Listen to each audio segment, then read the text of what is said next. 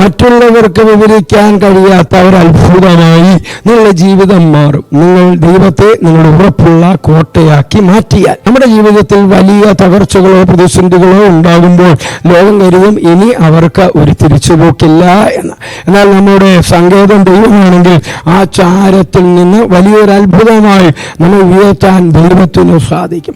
ദൈവത്തിന് പ്രകാരം പറയുന്നു, യഹോവ എൻ്റെ പാറയും എൻ്റെ കോട്ടയും എൻ്റെ രക്ഷകനുമാകുന്നു.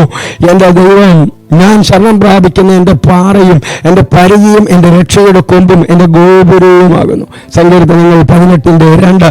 നമ്മുടെ സംരക്ഷണം ദൈവം ഏറ്റെടുക്കുമ്പോൾ നമ്മുടെ ജീവിതത്തിൻ്റെ ഗതി തന്നെ മാറുന്നു. ദൈവത്തെ തൻ്റെ കോട്ടയാക്കുന്നവന് ലോകത്തിലെ ഒരു കൊടുങ്കാറ്റിനെയും ഭയപ്പെടേണ്ടതില്ല. കാരണം അവൻ നിൽക്കുന്നത് തകർക്കാൻ കഴിയാത്ത അടിത്തറയിലാണ്. നിങ്ങളുടെ ജീവിതം ഒരു അത്ഭുതമാകുന്നത് നിങ്ങളുടെ മിടുക്കുകൊണ്ടല്ല, മറിച്ച് അസാധ്യമായ സാഹചര്യങ്ങളിൽ ദൈവം നിങ്ങളെ എപ്രകാരം കാത്തു സൂക്ഷിച്ചു എന്ന് ലോകം കാണുമ്പോഴാണ്.